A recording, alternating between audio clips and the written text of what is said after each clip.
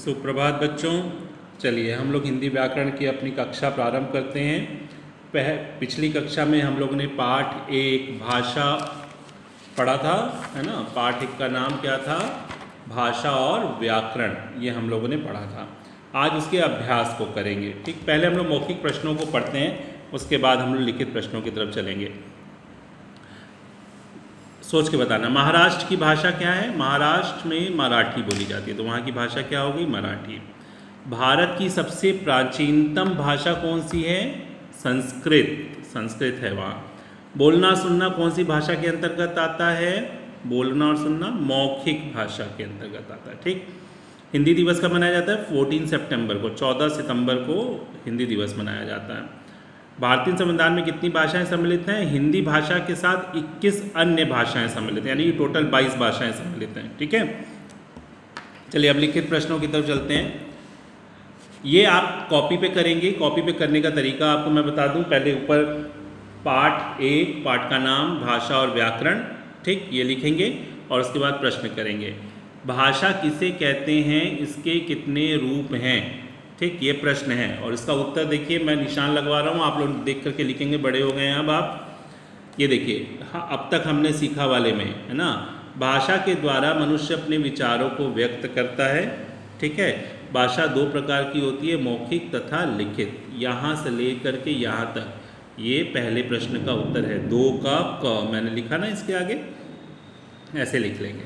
फिर अगला प्रश्न है, बोली किसे कहते हैं? ठीक है, पेज नंबर 7 पर आ जाएंगे। पेज नंबर 7 पे सबसे ऊपर देखिए बोली लिखा हुआ है। ठीक, अब देखिए मैं पढ़ रहा हूँ इसको।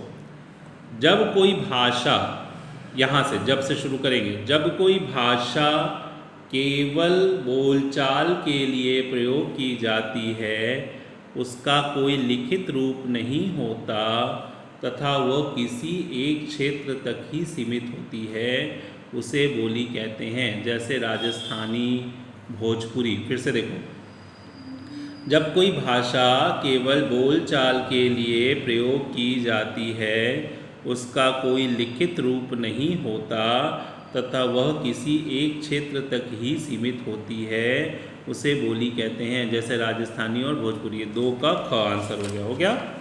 चलिए अगला प्रश्न है, लिपि किसे कहते हैं? ठीक, ये भी देखिए पेज नंबर 8 पे, बुक में आप लोग देखेंगे पेज नंबर 8 पे। ये अब तक हमने सीखा में कौन सा वाला पॉइंट है? 4th वाला। भाषा के लिखने के ढंग को लिपि कहते हैं। भाषा के लिखने के ढंग को लिपि कहते हैं। ठीक है, अब देखो अगला प्रश्न, देवनागरी लिपि में लिखी जाने वाली किसी एक भाषा का नाम लिखिए। तो हिंदी देवनागरी, मराठी भी देवनागरी लिपि में लिखी जाती है, नेपाली भी लिखी जाती है, आप हिंदी लिख सकते हैं। ठीक है, रोमन लिपि में लिखी जाने वाली किसी एक भाषा का नाम लिखिए। अंग्रेजी भी लिखी जाती है, जर्मन भी लिखी जाती है, आप लिख सकते हैं। व्याकरण में भाषा का क्या महत्व है? लिखिए। देखिए दोनों ही एक दूसरे के पूरक हैं। भाषा के लिए ही व्याकरण बनी है, तो हम लोग व्याकरण से क्या कार्य करते हैं ये भी लिखेंगे, तो ये भी इसका उत्तर कहलाएगा। तो देखो, ये व्याकरण वो शास्त्र है जो हमें भाषा के, या ये वाला भी लिख सकते हैं, इसमें से लिखिए आप लोग ये वाला। अब तक हमने सीखा, व्याकरण द्वारा हम भाषा को शुद्ध रूप में बोलना तथा लिखना सीखते हैं। व्याकरण द्वारा हम भाषा को शुद्ध रूप से बोलना तथा लिखना सीखते हैं। ठीक, ये आप करेंगे इसको। 2 का च, ये मैंने लिख दिया। ठीक, ये करेंगे।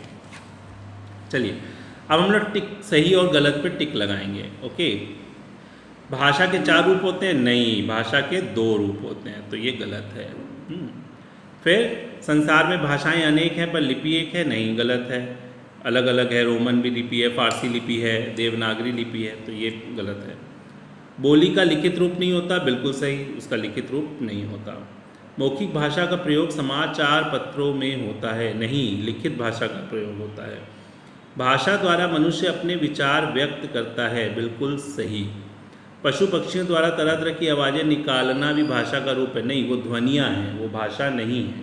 ठीक, चलिए अब हमें ये एक शब्द लिखने हैं। पंजाबी भाषा की लिपि बताइए? गुरुमुखी। ठीक, ये आपको कॉपी पे करना है। ये वाला क्वेश्चन नंबर 3 तो आपको बुक में ही करना है, लेकिन ये क्वेश्चन नंबर 4 और क्वेश्चन नंबर 2 भी कॉपी पे, प्रश्न उत्तर भी कॉपी पे करने हैं, ठीक है ना। ये क्वेश्चन नंबर 4 भी कॉपी करना है। पंजाबी भाषा की लिपि क्या है? गुरुमुखी। ठीक। तमिलनाडु में कौन सी भाषा बोली जाती है? तमिल बोली जाती है, ठीक है बेटा। 14 सितंबर 1949 को हिंदी भाषा को किस रूप में मान्यता मिली?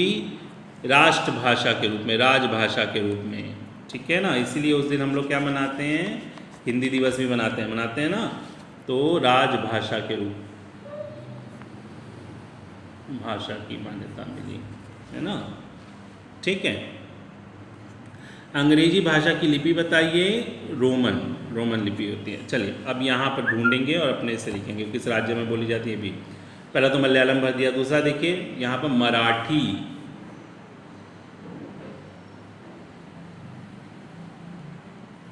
कहाँ बोली जाती है? महाराष्ट्र में, लिख लेंगे। उसी तरह देखिए यहाँ पे लिखा हुआ कश्मीरी, कहाँ बोली जाती है? कश्मीर में। ये राजस्थानी कहाँ बोली जाती है? राजस्थान में। ये देखिए कन्नड़ कहाँ बोली जाती है? कर्नाटक में। हिंदी कहाँ बोली जाती है? उत्तर प्रदेश में। यहाँ पंजाबी भी लिखा हुआ है, पंजाबी कहाँ बोली जाती है? पंजाब में। ऐसे और भी बहुत सारी मिलेंगी, ढूंढेंगे, ठीक है, इसको करेंगे। ये आपका जो पहला चैप्टर है ये ख़त्म हो गया आपका। ये फर्स्ट पार्ट जो है, पहला पार्ट जो है वो ख़त्म हो गया। अब हम लोग अगले पार्ट में, अगली क्लास में इसको, अगले पार्ट को करेंगे, जो वर्ण है उसको पढ़ेंगे। तब तक के लिए बाय।